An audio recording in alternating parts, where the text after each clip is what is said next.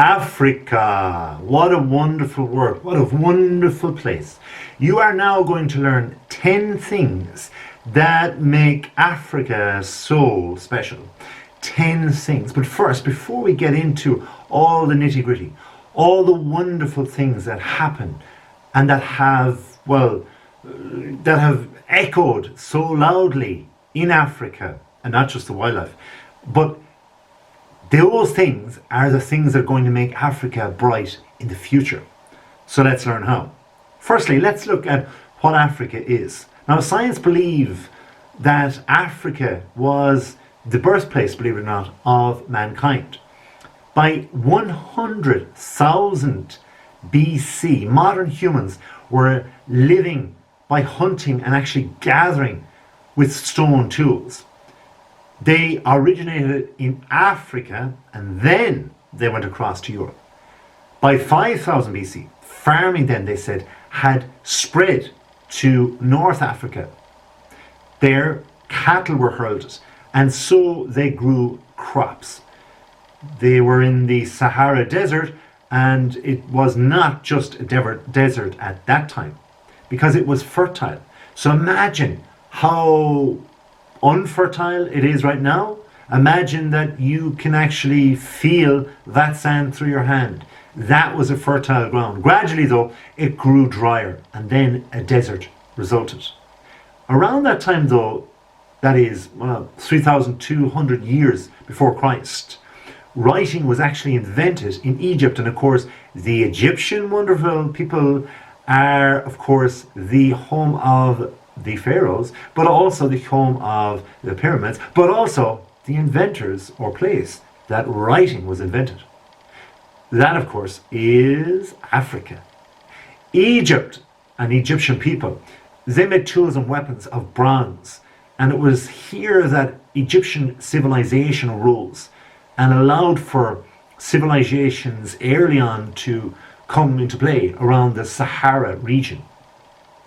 And then, of course, sub-Sahara in places led to greater development and farming within Africa around 600 BC. So we're getting a little bit closer to the modern day. We need to understand the past, guy, before we understand where we're going. And along the way, we'll get to those 10 reasons why Africa is so special. But it was the use of iron which spread into North Africa. And around 500 AD, see how it's quick, we just wiped through 100 years, these iron tools and weapons had reached in what is now known, believe it or not, as South Africa. Skip on again to 480 BC. And here is where the Lebanon, the modern city of Carthage in Tunisia, this is where, there was much ado, because it was the Carthage that later fought wars with Rome in 2002 BC. And in 146 years before Christ, Rome destroyed the city of Carthage. So at the same time, the Nile and the Egyptians, yes, that beautiful river Nile, the famous river Nile, along the Niles, the kingdom of Nubia and Kush arose in what is now called Sudan. By 100 AD, Anno Domini, the kingdom of Aksum in Ethiopia was becoming really and utterly civilized. Aksum traded with Arabia, Rome and India. So you can see how where Rome came into the mix way back when. Rome, of course, Italia, of course, in Europe. So skipping along 30 years before Christ, Egypt became a province, believe it or not, of Rome. Morocco was, it was absorbed in 42 years Anno Domini. In the Middle Ages then, in 642, the Arabs conquered Egypt, and in 698 or to 700, they took Tunis and Carthage, and soon they controlled all of the coasts of North Africa. Skipping along, after 800 Anno Domini, organized kingdoms emerged in northern Africa, and this meant that there was trade going on with the Arabs further north. One of the earliest African kingdoms was Ghana. It included parts of Mali, and from here there was a country of Ghana originating. And by the 9th century, Ghana was called the Land of Gold. I am going to the Land of Gold right now, but I have to finish this video, so I better continue on. By the 11th century, the city of Ilf in southwest Nigeria was the capital of the Great Kingdom. And from the 12th century, craftsmen from here, they made, well, terracotta sculptures and bronze heads.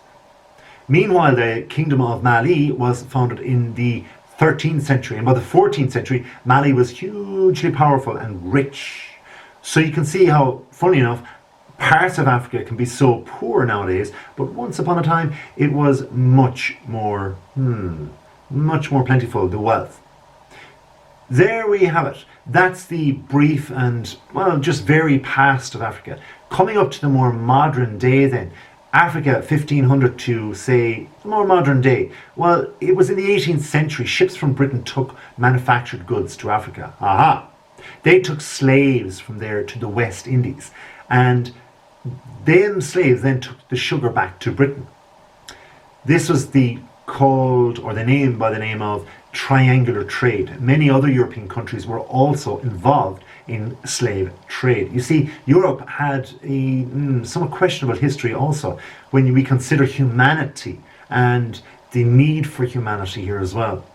So there was wealth in Africa. Of course there was. Anywhere where the sun shines, there's going to be natural wonders, and we'll get to that in a second.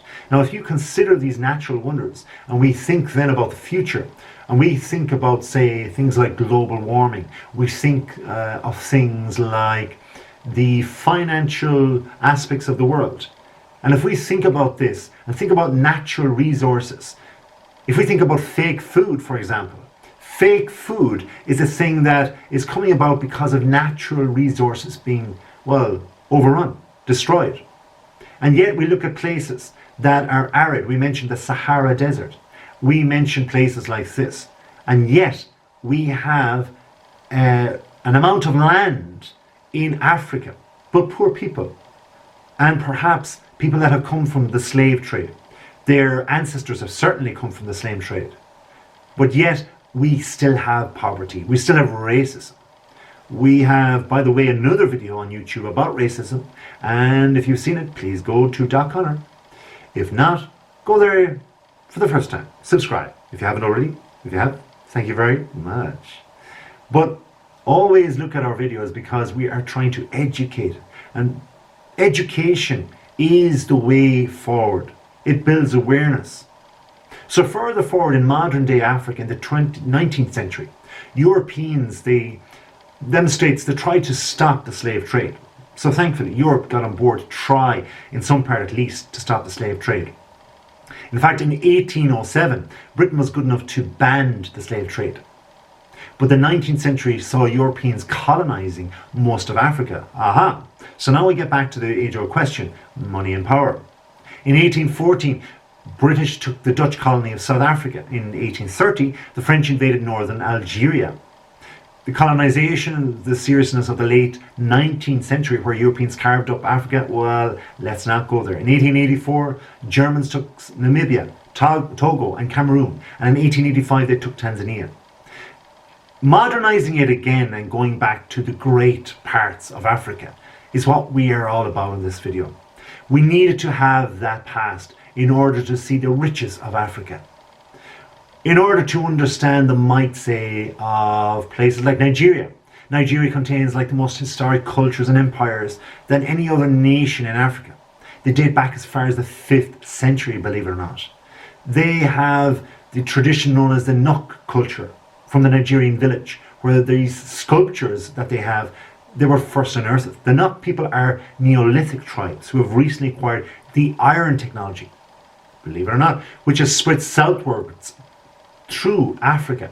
So that's just one example of the might of one country, the fabulous country of Nigeria, and the might that it can give to the likes of Africa. But not just Africa, to Europe, to the world. These natural resources, these natural people who are inhabitants with very simplistic ways of living, yet has so much to give to a world that is questionably, well, very unwell. But what are the beautiful things about Africa now? 10 top reasons why Africa is so great. Africa is wonderful. It is a wonderful, wonderful place. The people, wonderful too. There is no doubt about it.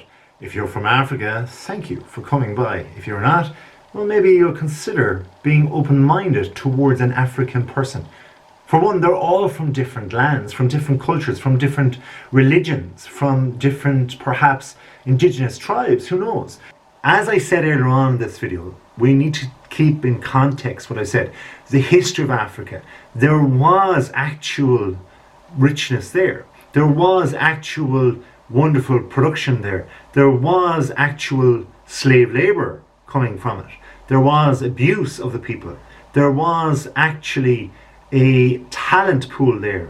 There was actually the fact that there's rich lands there. There was actually sun there. So that, and many of that, is still there to this day. But we're not trying to drag up the negativities of the past, rather to use them, the present top 10 things or top things, so that we can look forward to the future. So some of the reasons we look at Uganda.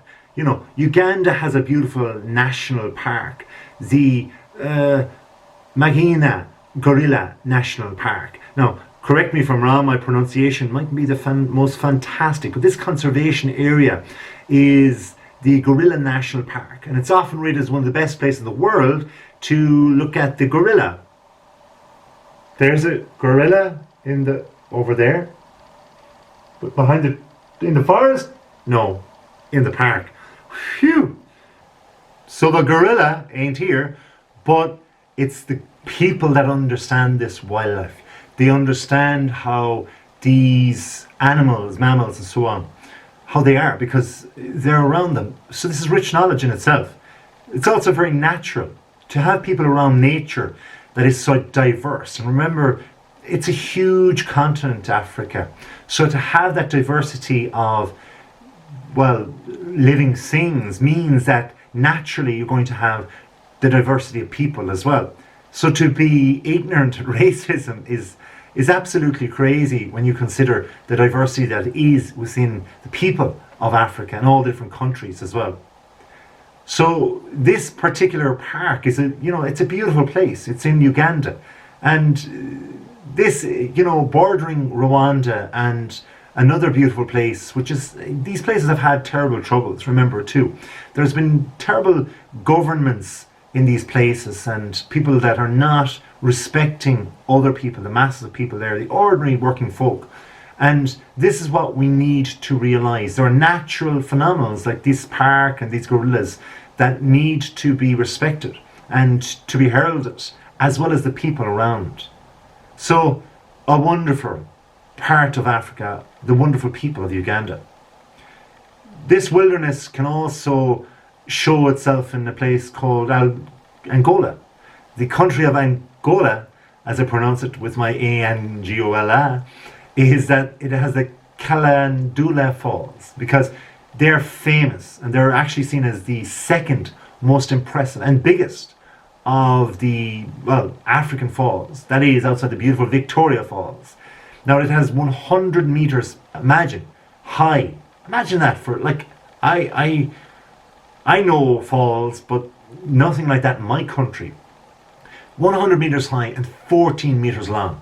Now these waterfalls are located in Angola, in the town of Calandula, 360 kilometers away from the capital, that is, Luanda. Now they're formed in the Lucala River, and it's from here that these massive falls, they really get going throughout the rainy season. That's usually from around February to May in that year.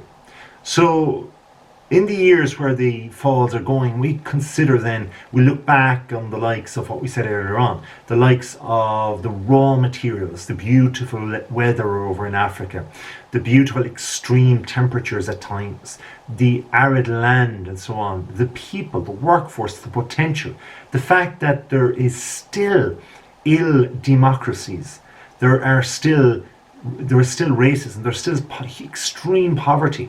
But if we can harness all these people, all these things, imagine the world that we can have for everybody. It's a wonderful thought, really. So we need to respect, to grow, to educate, to build awareness in this regard. Another wonder of Africa, Nigerian footballers. I mean, come on, you got to look at them. I mean, when I was younger, I saw Nigeria in the World Cup, 1994. And these guys were great. One guy who really was memorable to me was Taribo West. Taribo West, okay, a defender, but he had ridiculous hairstyles. And he also won a gold winning medal for Nigeria, I think in 1996, if I'm not incorrect. I think it was in the Atlanta Olympics. And then there was the further World Cups in 1998 and 2002. So the impact that Taribo West had was a huge one. He would later go on to play, of course, for a host of clubs, and even in England, in Plymouth Argyle.